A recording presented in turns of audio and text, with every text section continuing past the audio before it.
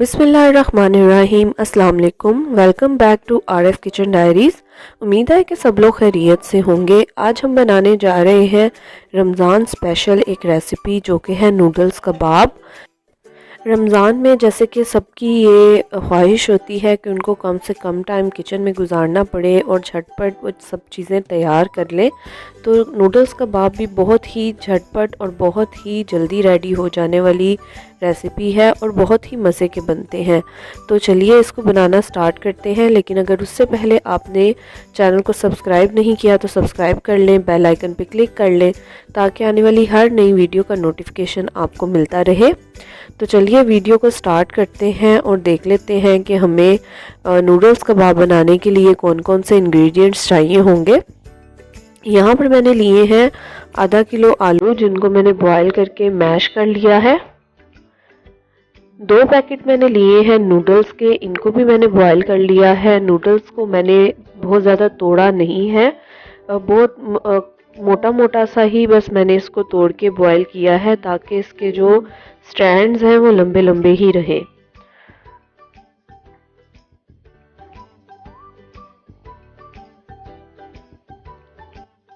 यहाँ मैं इसमें शामिल कर रही हूँ चिकन। 300 ग्राम मैंने चिकन लिया है जिसको मैंने लहसुन और नमक डालकर बॉईल कर लिया है और मोटा मोटा इसको मैंने श्रेड कर लिया है।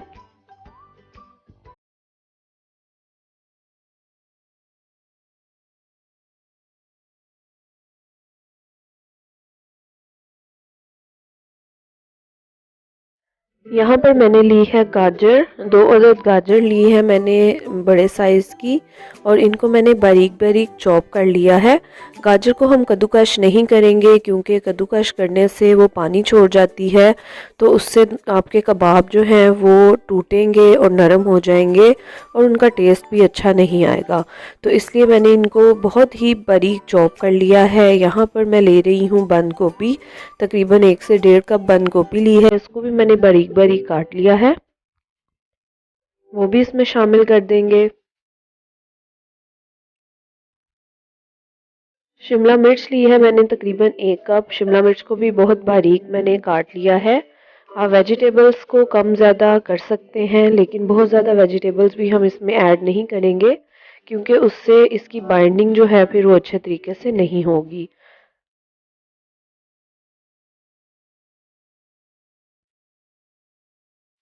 अब मैं इसमें शामिल करूंगी हरी मिर्चें। 4 से 5 अदद हरी मिर्चें हैं जिनको मैंने बारीक काट लिया है।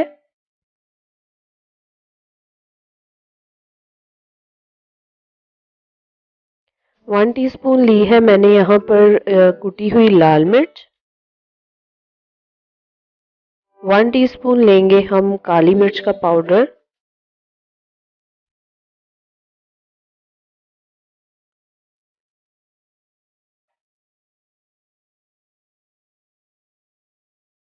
जो 2 पैकेट नूडल हमने इसमें शामिल किए थे उन पैकेट्स में से जो मसाला पैक निकले हैं वही 2 मसाला पैक अब हम इसमें शामिल करेंगे। तो अभी इसमें मैं नमक ऐड नहीं कर रही हूँ क्योंकि नूडल्स के इस मसाले में भी नमक मौजूद होता है और इसमें जो हम सोया सॉस शामिल करेंगे तो उसमें भी ऑलरेडी नमक मौजूद है। तो इसलिए अभी मैं इसमें कोई भी सॉल्ट वगैरह ऐड नहीं कर रही। बाद में टेस्ट करके अगर ज़रूरत हुई तो सॉल्ट ऐड करेंगे। तो ये 2 पैक जो हैं नूडल्स मसाला के वो भी इसमें मैं शामिल कर दूंगी। इससे बहुत ही एक डिफरेंट सा टेस्ट आएगा आपके कबाब में, बिल्कुल एक टिपिकल टेस्ट नहीं आएगा जो कि बहुत ही मज़े का लगेगा।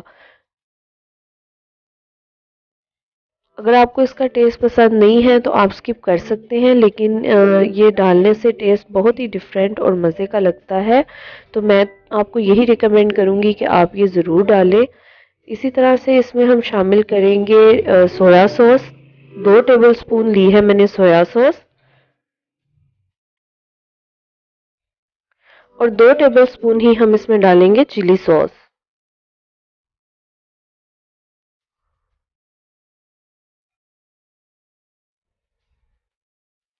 अब इन सारी चीज़ों को डाल के मैं अच्छे तरीके से मिक्स कर लूँगी। सॉल्ट मैंने पास रखा है लेकिन इसमें शामिल नहीं किया, मैं पहले टेस्ट करूँगी और अगर ज़रूरत हुई तो इसमें हम सॉल्ट शामिल करेंगे।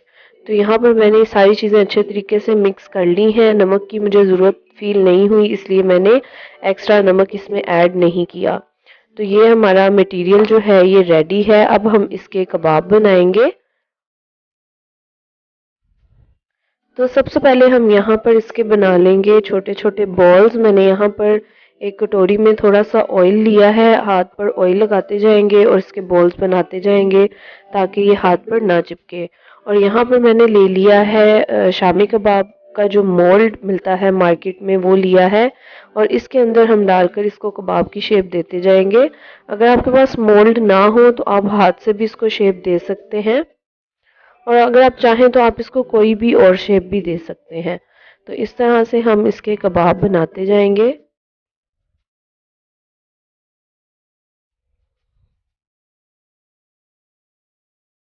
इस तरह से हम इस सारे मटेरियल के कबाब बना लेंगे। मैंने यहाँ पर थोड़ा सा ज़्यादा मटेरियल बनाया है क्योंकि मुझे कबाब बनाकर इनको फ्रीज़ भी करना था। तो आप चाहें तो आप इनको फ्रीज़ कर सकते हैं। इस स्टेज पर कोटिंग करने से पहले आप इनको फ्रीज़ करके रख सकते हैं और जब भी आपको फ्राई करने हो तो आप निकालें और कोटिंग करें और आप इनको फ्राई कर लें।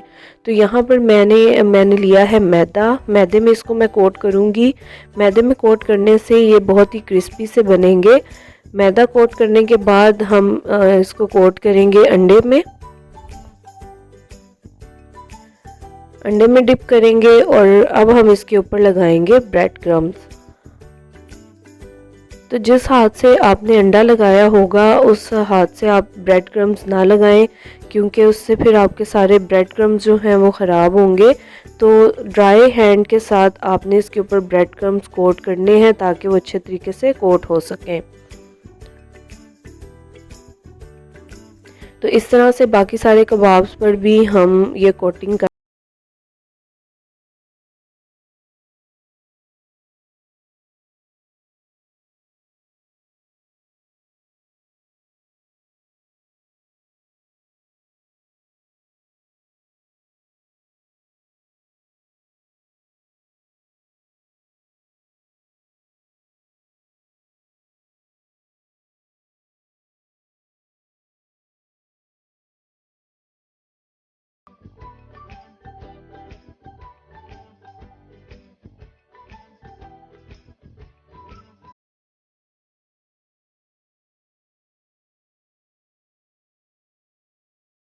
तो इस तरह से सारे कबाब मैंने कोट कर लिए हैं। अब हम इनको फ्राई करेंगे। तो एक पैन में मैंने ऑयल लिया है। ऑयल को मैंने मीडियम फ्लेम पर मीडियम गरम कर लिया है और इसमें मैं बारी बारी ये कबाब डालती जाऊंगी। बहुत ज़्यादा टाइम नहीं लगेगा इनको फ्राई करने में क्योंकि जो भी मटेरियल है वो ऑलरेडी कुक्ड है और हमने सिर्फ ऊपर ब्रेड क्रम्स जो हैं उनके ऊपर कलर ही लेकर आना है। तो ये बहुत ही जल्दी फ्राई हो जाएंगे। एक साइड से जब फ्राई हो जाएं तो इनको बहुत एहतियात से हम इनकी साइड जो है वो पलट देंगे। बहुत एहतियात से इसको हम पलटेंगे ताकि ये टूटे ना।